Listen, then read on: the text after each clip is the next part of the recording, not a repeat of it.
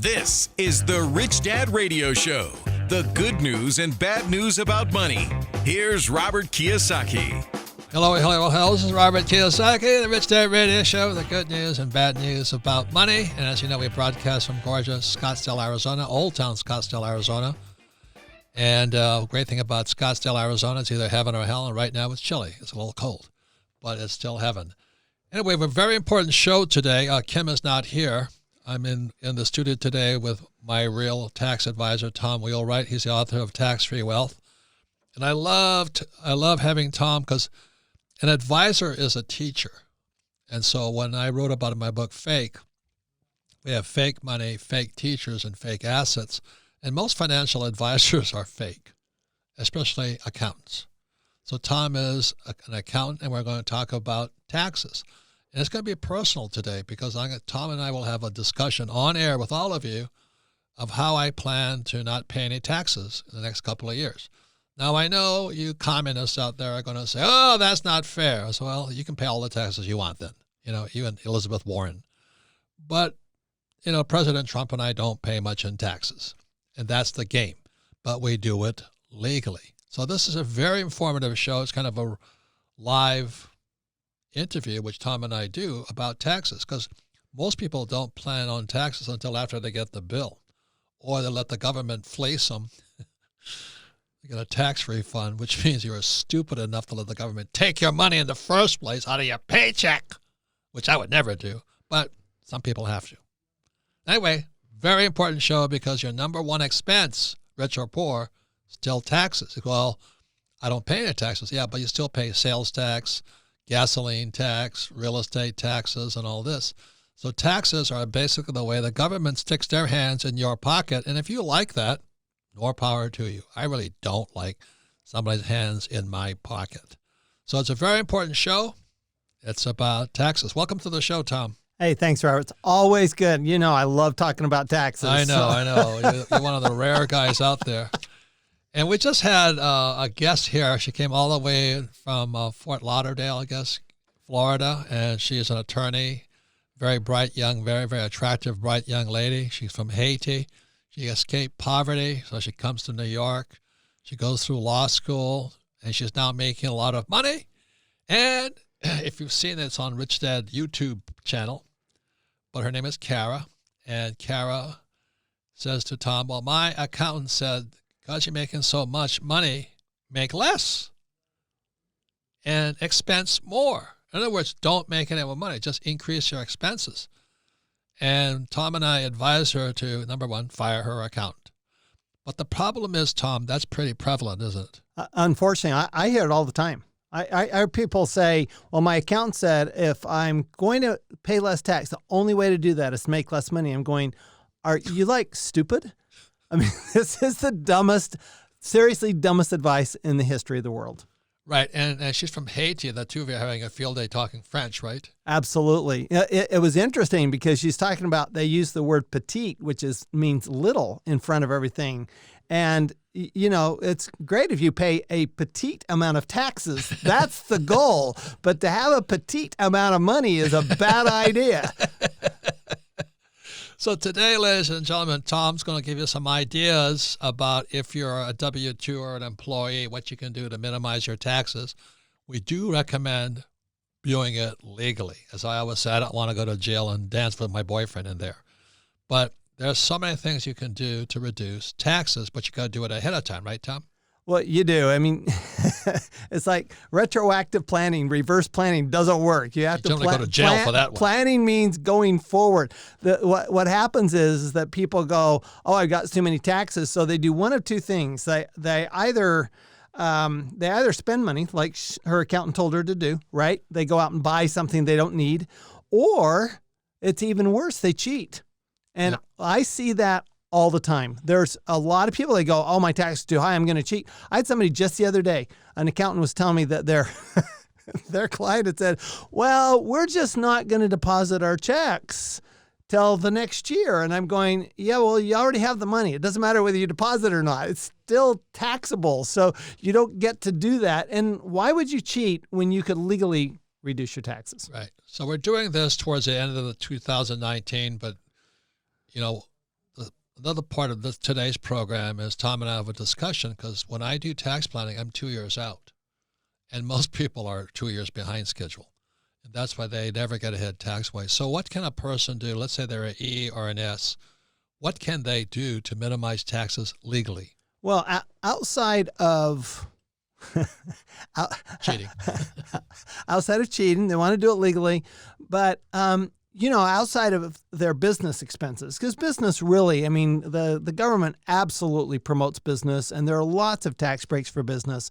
And so the first thing they really ought to do is sit down with a tax advisor like you do and actually look at what's going to happen, because how you own your business, how you do things, that's all going to have an impact. Could I own a business? As an employee, you can. It's so easy to start a business. An online business is the easiest thing in the world to start. Right. So it's a matter of changing the way you look at the world, right? For sure. If you're looking at the world purely as an employee, if you're purely an E-quadrant person, you're in trouble. About the only thing you can do is invest in oil and gas. That you can do. You can? Yep. As an employee, you can invest in oil and gas, but pretty much nothing else is available to you unless you become a professional investor or a business owner. So towards the end of the year, what can small businesses do to minimize taxes? Well, again, first thing they have to do is sit down with their tax advisor. You're ahead. Yeah. See, that's the lesson, everybody. Exactly. We're doing this at year end, but you should really have done this at the start of the year. Well, right, because the problem with the end of the year is how much can you do in the last month of the year to reduce your taxes? It's like Kara's accountant said, you can go spend money, but if you weren't going to spend that money anyway, that's just a waste of money. And you told her something about to save 30 cents, you waste $1. Well, yeah, think about it. If you're in a 30% tax bracket and you spend $1 to save 30 cents, what kind of a good deal is that? You might as well just come to me and I will take your money and it's deductible. Right? You pay your accountant, so you might as well do that. Called professional services, right? Exactly. So the point is, and it drives people crazy. I was on a radio interview this morning, and I was just yakking away saying, I don't like to pay taxes. This person's hair on their back went up. They said, you're cheating the government. I said, no, you're an idiot. That's the difference. Because what you always say in your book, Tax-Free Wealth by Tom Wheelwright, is taxes are incentives, right? Well, right. If you think about what does the government want you to do, what do they want to encourage to have happen? And the government knows nobody likes paying taxes, and so they do it through taxes. And if you get a tax benefit for doing something that the government wants done, you're probably going to do it. You just have to know what those incentives are. So my primary way, or Kim and our primary way, is we have businesses, but we also invest in real estate. We call it the McDonald's plan. What business is McDonald's in? Real estate. What business is Rich Dad in? Real estate. Why is real estate good for taxes? Well, real estate in the U.S. right now, the real estate is the most favored investment that there is. Real estate's even better than oil and gas now from a tax standpoint. It's amazing the benefits for real estate, and it all comes down to this word we use a lot, depreciation, which means you get a deduction for buying the real estate even though it may not wear out. So, we just did a show with Kim, and we were in Hungary, and we're talking about Sandor, our guide who speaks fluent English, and they had no money in Hungary. We're during communist time, so he just worked really hard, and he added a house onto the back of his house. It's kind of an ugly thing, but it's cute, and he added 3 closets with hot plates and toilets in them. Wow. So he rents out 3 units that he added onto the back of his house with a spiral staircase going to from the outside. So now he has 3 tenants. Exactly. How does that work? Well, in most countries, you build something new, you're going to get a tax deduction for the wear and tear on that building. And sometimes it's very quickly. The U.S., it's like 30% of your purchase price could be deducted in the year you buy it. So they've got tenants because it's a rental property. Right. Because it's producing income, there's expenses that relate to producing that income, and you get to deduct it against the income because it's a net income tax. So if he spends $100,000 in expenses with, lumber and nails and concrete, is that depreciable? Absolutely. That's gonna be deducted over the life of that building, whatever the government says the life of that building is. Even in Hungary? Even in Hungary. So this is a matter of thinking, rather than just going to school, getting a job, and saving money. Get any tax breaks for that? well, the only one there is the 401k, and everybody knows how we feel about that one. So there's no way to do it without giving your money into the control of the government. I mean, that's really what those plans are. They're a way for the government to control your money and to control your investing. But if you want to have control over your money, then you really have to look at being a business owner or a professional investor. Right. Another thing, we're talking to Kara, who's she's from Haiti. She's an attorney, and she's a PI, a personal injury. And she makes a lot of money, but you also gave her some other ideas other than just, you talked about her children and all that. How does that work for a self-employed person? Well, so for example, one of the things the government wants us to do is teach our children how to work and get them productive into society. And so the government gives tax benefits for employing children in your business. And one of the big tax benefits in the U.S. right now is that we have a $12,000 personal deduction. That means that the first $12,000 of income that you earn is not taxed. Well, that's true for your child just as it's true for you. So if you pay your child... Can I rent a kid? You can pay any children you want. You're welcome to pay my children, Robert. Absolutely. Here's the thing, though. If you pay somebody else's child, now they're in control of that money. You're not still in control of it. So you pay your own child, pretty much you're going to be in control of that money. Even though you've paid the child, you get a deduction. They don't pay tax. How about age of the child? Doesn't matter. As long as they can actually do the work. They really do have to work for you. You can't just pretend. We always say if you want to get a pretend deduction, that's fine, but it's pretend. You go to jail for that stuff. Exactly. What else can a person do?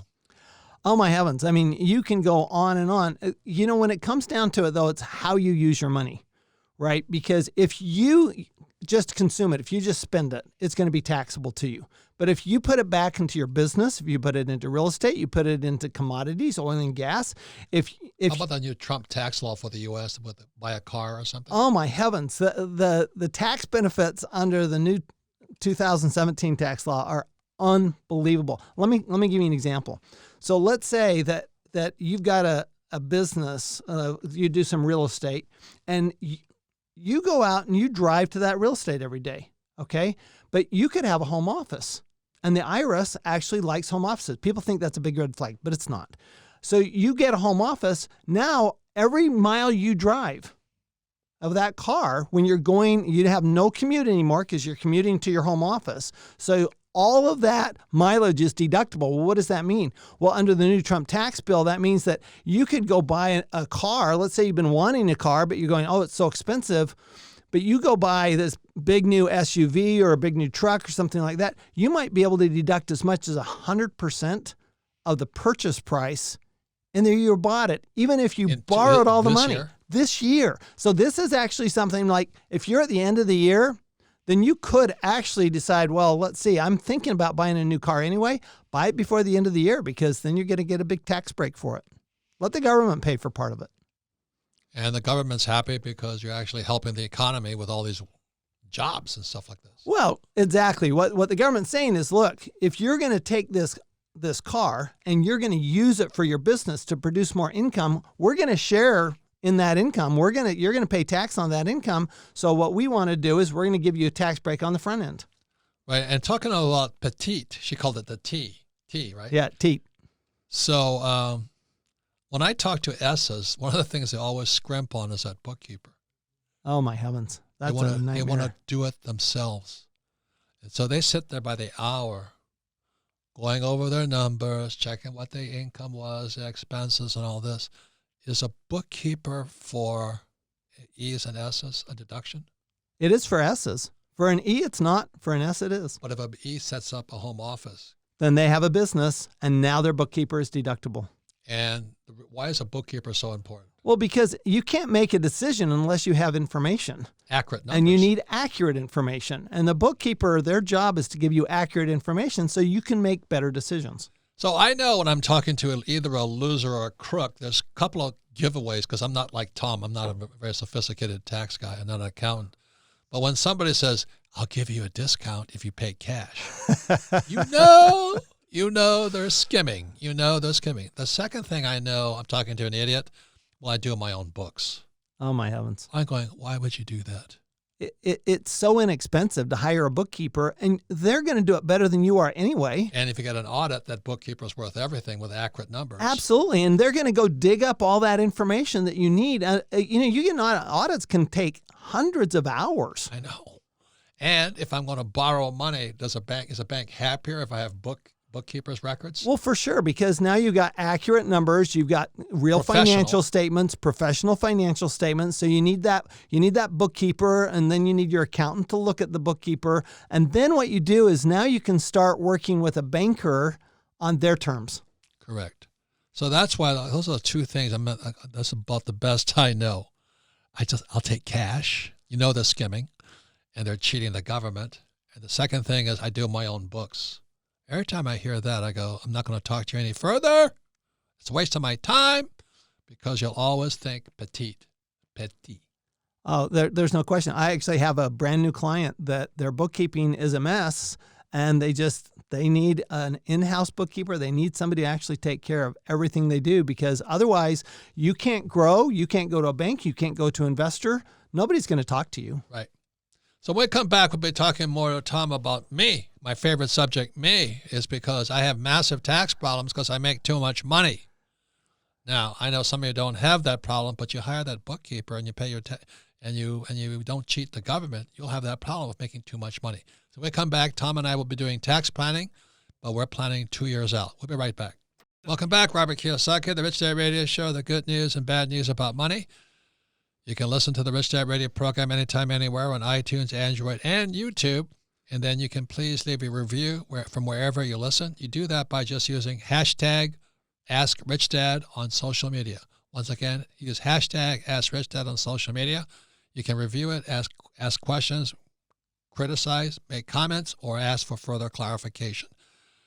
And all of our programs are archived at richdadradio.com. We archive them for one reason, for review. If you listen to this program again, your comprehension will go up, because we're talking about our most important subject, which is taxes. But also, you can discuss it with friends, family, and business associates. Because when it comes to taxes, most people are cowards. Just like we talked about Kara, the attorney, personal injury attorney, and her accountant said to make less money and spend more money. I mean, you got to be an idiot. I would fire that accountant so fast. So our guest today is Tom Wheelwright. He is my advisor. An advisor is a teacher. That's why I have Rich Dad Advisor books. And Tom's book is Tax-Free Wealth. But I have the benefit of talking to him directly. You should buy his book and then interview your accountant. Then you'll know you have a good accountant or a bad accountant. But Tom, you and I always discuss we're 2 years out. We're not trying to scramble year end, which a lot of people do. So I'm making more and more money, which is a good problem. And the way I've always solved that problem was after the 2008, Kenny McElroy and I, because it's debt and taxes, we use debt to buy a lot of real estate. Right now, I'm pulling back. I don't want to be chasing real estate at all-time highs, especially with the bond market at all-time highs. It's suicide right now. And at the same time as at Rich Dad, we're making more money. So that's my problem. I'm making too much money, and I don't want to pay any more taxes. So what ideas have you got for me?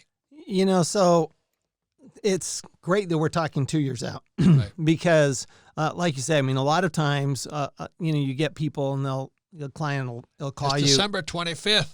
Where's my tax rate? Exactly. Or even worse, you're doing the tax return and you're saying, well, geez, you got a big tax bill here, and they say, well, what can we do? What can we do? And I'm going, yeah, it's too. And then go to jail. It's too late. So, knowing, one of the things that we do is we're looking at, and I look at a lot with Kim, especially, we look at your financials every month.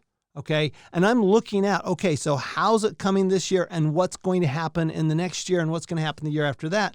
Because you're in a challenging place. You really are, because you can't put the money into your business fast enough, and you can't put your money into real estate because of where the markets are. So what are you going to do? So we have to start looking at alternative ways to reduce your taxes, which are things that the government wants you to do. So any ideas for me? Well, so one thing that we do look at is how do we manage your risk, right? You're a big personality, you've got a lot of risk, and what business owners forget is that they have a lot of risk that they're taking on themselves. They don't pay insurance for that because the insurance would be too much. Okay, well, there is a law on the books that actually came from Iowa and the farmers. That says that, look, you can actually create your own insurance company and you can pay premiums to this insurance company, pool it with other people who pay premiums to their insurance company, and then you end up with a deduction for the insurance premium, but the insurance company is not taxable. We call that a captive insurance company. It's not for everybody. If you don't make, if you're not making, $1 million a year, it's not something you're going to do. But it's something that you go, wow, if I'm making $1 million a year, I probably got a lot of risk that I'm taking on myself. The government wants you to be prepared for that, because what the government doesn't want is they don't want you going out of business because of a lawsuit. They don't want you going out of business because you've got some liability that crops up that you weren't expecting. They'd like you to protect yourself. And so this is their way. And again, it started with farmers. They don't want farmers to lose their land because they have one big, bad year, bad year, or one big loss, or something happens. And so they allowed I had a farmer in Montana, gophers took out his whole field. Well, there you go. That would be an exact reason to have this captive insurance company. So that's the type of thing. Really what it is it's looking at what are you doing and what does the government want you to do? And then let's do it that way. I mean, the other question is, how does captive insurance work? If I put $1 million into that, what happens? It's deductible to you and not taxable to the insurance company. So the $1 million is now sheltered. It's now sheltered. That's right. It's amazing. Can I get my hands back on that $1 million? Well, as a matter of fact, that $1 million is now in the insurance company, and once it's earned, it can be invested. And there's no reason it can't be invested, at least a good portion of it can't be invested into something else that you want to invest in, because you have control over it. So you can invest in it. But that's what insurance companies do. They collect your premium. That's exactly what they do. That's what Buffett does, right? Right. Warren Buffett. He collects your insurance money from Geico and stuff like that, and he invests it for himself. Well, yeah, if you look at, who owns a lot of the big real estate, it's, Prudential and Geico, and, that's where Kenny gets a lot of his money, is from the insurance companies. Right. Well, where'd they got it? They got it from the premiums, right? Now, the big insurance companies, they're taxable on those premiums. The nice thing is the small insurance company, the captive, is not taxable on those premiums. Amen. Anything else I can do? You know what? There's so many things that we want to look at, but here's where we want to start. We always want to start with what are you going to be doing with your money over the next couple of years? Okay? If you're going to just set it in cash, we have a challenge with that. Okay? So we need to actually find a way to deploy that money, which is both good for you to get to get a return on that money, and at the same time, you get a tax benefit. So let me give you my logic system, because, ladies and gentlemen, again, people have experts. So an expert sometimes is a financial planner, and you hope they know what they're talking about, but they're not your friend. You don't know if they're professional. You don't know their track record. My advisors, and I have about 6 or 7 of them, like Tom and Kenny McElroy and Garrett Sutton, who's the attorney side of the equation, is that I can ask them questions, and they're like my teachers. You guys are my mentors, and that's what an advisor does. And that's how I get richer. So I go, well, I don't want to pay my attorney any money. I said, well, or my accountant. Well, you're going to get more stupid because you're your own client then. You're your own attorney then, and you're the client, which is really stupid. But anyway, my idea is if I invest in new projects inside the Rich Dad Company, those are business expenses, which don't they reduce the taxes? Absolutely. If you earn $100 and you put that back into your company, that $100 back in the company, you'll pay 0 tax. So my company is stronger. Exactly. And that's really, the big thing that we want to be looking at is, okay, as you're expanding your mission to elevate the financial well-being of humanity, and you're expanding that, what kinds of costs are you going to incur? What's the best way to build that? And right now, under the new 2017 law, everything you put in, whether it's equipment, whether it's employees, no matter what it is that you're building in that infrastructure, it's all going to be deductible. So the projects I'm working on, this is a real discussion, is we're investing in a new documentary. It's costing us $1.5 million. Now that's a lot of money, but the plan is to get that money back. Okay, so we're going to make more money, and we've now invested in assets. It's no different than me building a book. A book is an asset, an artifact. And that book pays me money for years and years and years and years and years. One of my greatest income is books. So I might spend $50,000 for a book, but a book will make me millions of dollars, which means I have a new tax problem. So right now, I'm going to invest in 2 documentaries. So let's say it cost me $2 million this year, and it pays me for years. How does that work? Is that a good idea? Because the company, Rich Dad, gets stronger because we have more assets working for us. So a lot of it is how we look at this, okay? Because taxes is all, what's your perspective? And so this is really a marketing expense. In a lot of cases, it really is a marketing expense. And the question is, are we creating an asset that is deductible now? Or are we creating an asset that we have to deduct over a long period of years? Right. And that's a matter of how do you set this up, and how do you work with your accounting? How do you work with your tax return? How everything is set up is going to have an impact on whether it's deductible now or over the next 15 years or not until you sell it. So that's where you and I discussed this. That's where we get into the nitty-gritty, the details. Yep. What was some of the, if I want to build this first documentary, it's on the cash heist, is how our money is stolen via the Federal Reserve Bank, the Treasury, and Wall Street. And that money is going to come back to me. So let's say I put $1.5 million into it, I get $6 million back. What does that mean? Well, so what would happen is, at a minimum, worst case scenario from a tax standpoint is, of that $6 million, only $4.5 million would be taxed. But I'm going to just keep redeploying it, right? Right. I'm going to keep reinvesting. That $4.5 million that would be taxed, now you're going to invest it somewhere else and get another tax deduction. So, but for those of you who read Rich Dad Poor Dad, my cash flow game, I'm into assets. An asset is something that puts money in my pocket. So if I build an asset, like a book's an asset, a game is an asset, a video is an asset, I just keep making more money, right? No, that's exactly what happens. And that's actually what the government is looking for, right? That's the incentive. They're looking for capitalists. They want you to make more money. Eventually, at some point in time, they're going to collect tax on it, okay? What we want to do is we want to keep pushing that, building it, because eventually there's actually ways on the back end, when we actually sell a business, that we can eliminate the tax on the sale. So we're looking at deferring, we think of this word deferral, which is postpone, right? And we think we postpone, and then at the end we eliminate. And that's kind of that's my favorite plan: postpone, and then eliminate.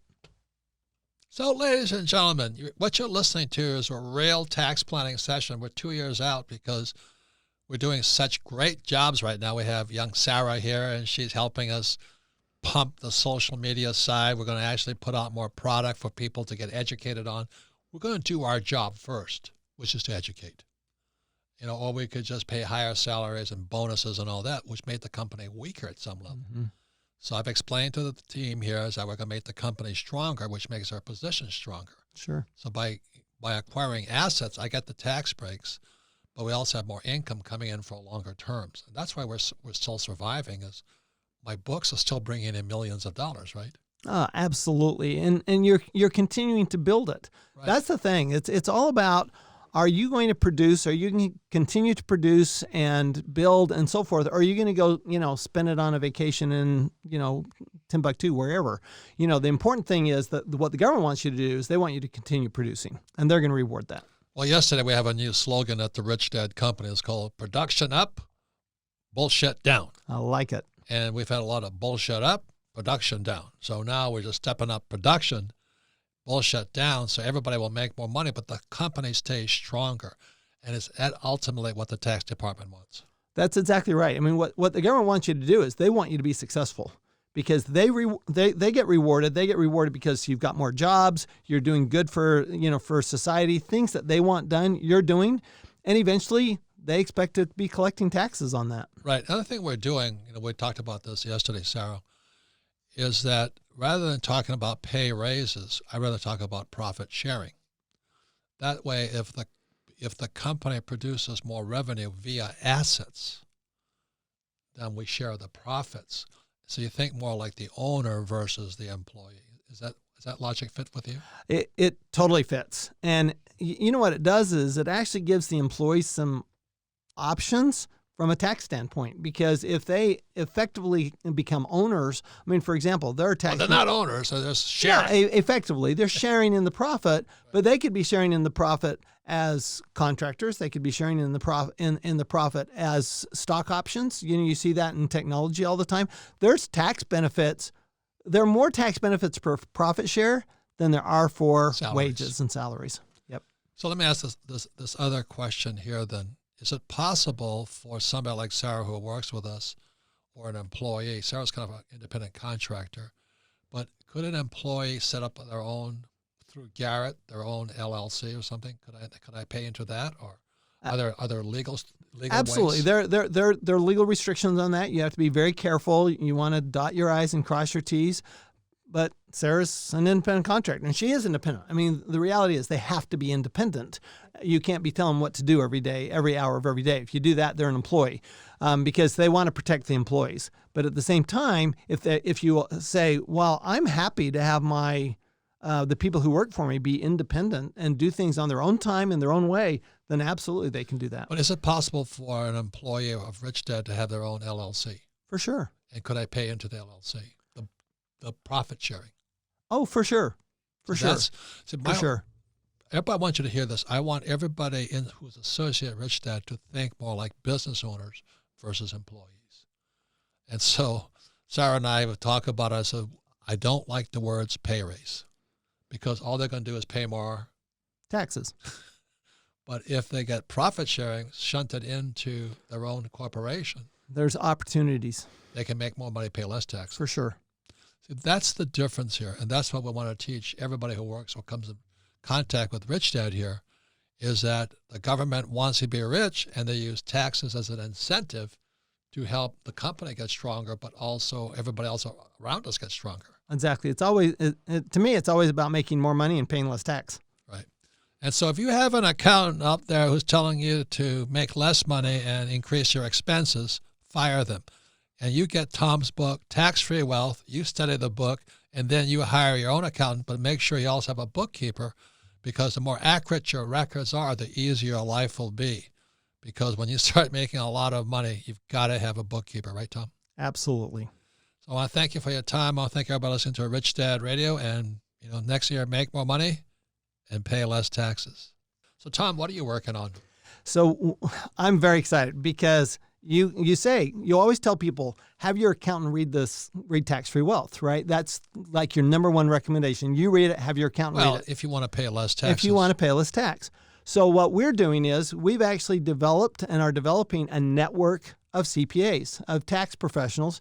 And we have 25 in our network. We've just been doing this a year. We have 25 CPA firms in our network. And our goal is 10,000 CPA firms worldwide, because the question... Who will follow your strategies. Who will follow our strategies that I train. I personally train, that we make sure that they're following our strategies. I actually tell people we're the Marine Corps of accounting networks, because we make sure that they follow the rules. That's good. That's good. That's good. Well, congratulations on that. And all of you out there, please understand this. There's a part of me that just loves to say I make millions of dollars and pay no taxes. It's kind of my, it's the middle finger gesture to the world. And every time I say that, especially on air, whew, boy, does it get hot out there. Because everybody kind of knows the rich make more money and don't pay taxes. So we have Elizabeth Warren running for president, or commissar, whatever she's running for, and Bernie Sanders and AOC. They want to tax the rich. Do the rich pay more taxes, Tom? No, the rich will always find a way not to pay those more taxes. Correct. And ultimately, who gets taxed is the middle class. Ultimately, that's That's where the money ends up coming from. Yeah. So all these, I'm not Republican or Democrat, but when they say they're going to tax the rich, they're coming after your money, not my money, because as we talk about, there's two types of income. There's income from labor.